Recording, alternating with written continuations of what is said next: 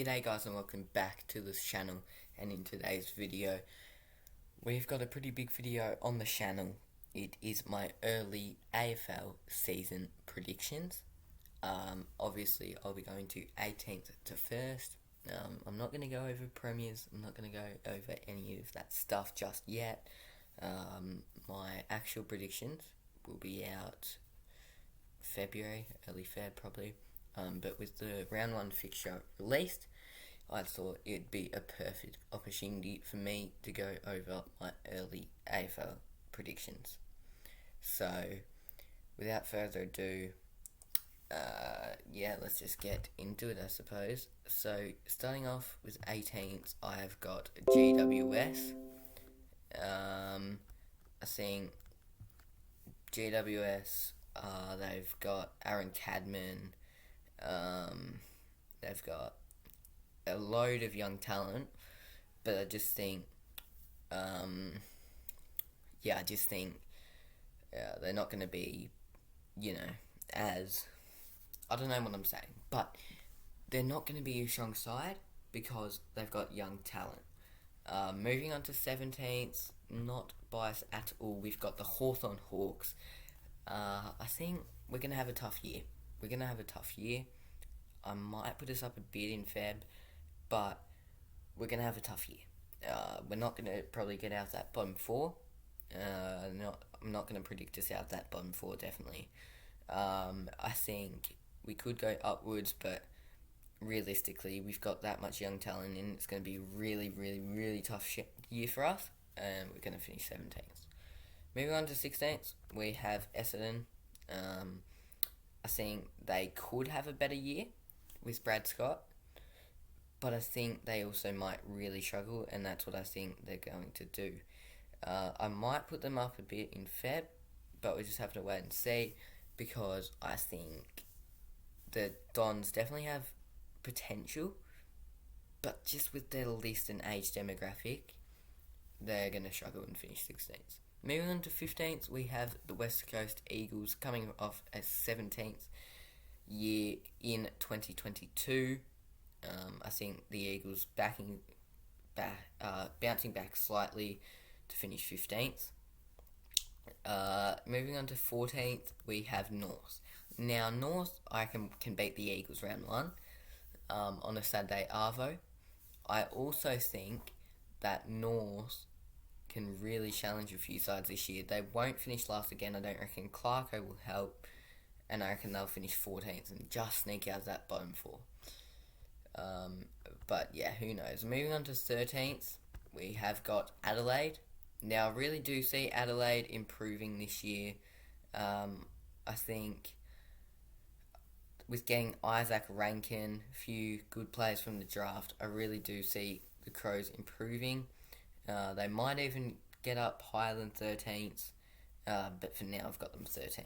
Now in 12th, now it gets a bit tricky. We've got the mid-road tables ladder. You start making a few bold calls, and I have the Saints finishing 12th. The Saints are a team with gaining Ross Lyon that they could easily finish in the 8, and I might put them in the 8 in February. You just never know. But for now, I'm putting them 12th. I just don't see them doing too much.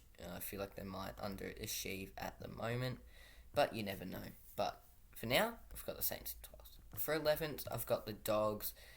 First pretty big call of the video. I see the Dogs sliding this year. They made the 8 last year. There's always changes to the 8. They shouldn't have made the 8. The Blues should have, but they didn't. And yeah, I see the Dogs sliding, but they're also that team, they've got such a good list, they could make the 4. You just don't know with the Dogs. But I feel like Bevo might even get the sack if they do this badly. But yeah, I've got the Dogs in 11th. Now moving on to 10th, a bit of a riser, I've got the Gold Coast Suns. Now I think with the Suns, they're going to finish 10th, they're going to have a good year, just lose some games that they should win, and finish 10th. I think the Suns could beat some really good teams, but they also could lose to some teams that they should beat, and that will cost them a top 8 spot. But if they finish 10th, that'll be their best finish in history, and it'll be a good year for the Suns. Moving on to nights now, just missing the 8, I've got the Collingwood Football Club. Now, I just think with the Pies, I think they're just going to struggle a bit. I think they won that many close games last year, and they stuck into the 4. I think they're going to struggle a bit this year, the Pies. But, yeah, I don't know why, I just think the Pies might struggle a tiny bit this year. Moving on to 8th. Now, top 8, starting off with Port Adelaide. Now, Port Adelaide, I think, our side could easily miss the 8. They could finish in that 12th spot where the Saints are, even 13th, as low as 13th. But I just think they're going to make the 8. I reckon they'll regroup. Ken Hinkley will show you why he's the man. I think he should keep his job. And I think Port's guns will fire. And realistically, their 0-5 start costed them last season. And I don't see that happening again. Moving on to 7th, we have the Sydney Swans. Now, I mucked up last year because I predicted the Dogs to finish premiers. And obviously that didn't happen. So, I think they're going to still make the 8. But I feel like they're going to struggle making the top 4. That's why I've got them 7th. I think they won't bounce back too strongly, and they're a young side, so they might fall back a bit, and I've got them in 7th, still making the 8 though. In 6th, I've got the side who just missed finals last year, making the 8 this year. Next year, we've got the Blues. Now, Carlton, up-and-coming side, up-and-coming powerhouse.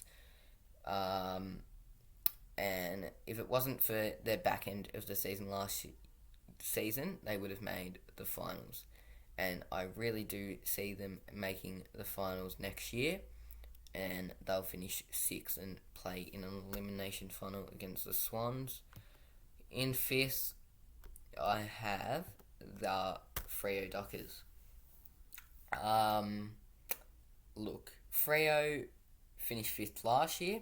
I see them finishing 5th this year at the moment. I just couldn't sneak them into that top 4. I think they're going to have a really good season, win basically every home game, just struggle a tiny bit on the road, and they'll cost them a top 4 spot in the end. But if they do finish 5th, a really solid year for the Dockers. Now into the top 4, we have Richmond. Now, pretty big call. This, as long as the Pies finishing 9th, the big calls for the video. Now, I think Tigers finish 4th, just because they've gained Hopper, Prestia, and a few pretty good players in the draft. So yeah, Richmond will finish 4th. Now moving on to 3rd, we have the D's. Now, the D's are a side where they can basically do anything. I could see them slipping out of the top 4 if I'm going to be honest, but I also could see them winning the flag. I've put them 3rd. It's going to be interesting to see what the D's do finish, but for now I've got them 3rd.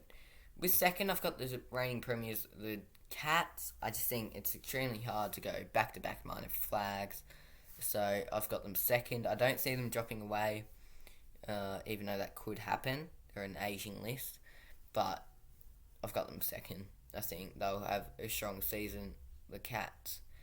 In 1st, I have the Lions. They've gained Will Ashcroft. I know he went pick 2, but I reckon he's the best player in that draft pool. They've got Jasper Fletcher, another good father-son, but then they've added Josh Dunkley and Jack Gunston through the trade period and didn't really lose anybody too good. So yeah. Alrighty, so the video cut out there, but I just wanted to say the Lions in 1st. They've gained Josh Dunkley, Will Ashcroft, Jasper Fletcher and Jack Gunston through this trade period and draft, and haven't really lost anybody too good. Let me know down in the comments your predictions, who's winning the flag, etc. Don't give me too much hate. This is only early predictions. It will change in February. and in February I'll give you Premier's Rising Star, blah blah blah, etc. Thank you for watching this video. Expect more uploads consistently from now on. Getting it back into the footy uploads.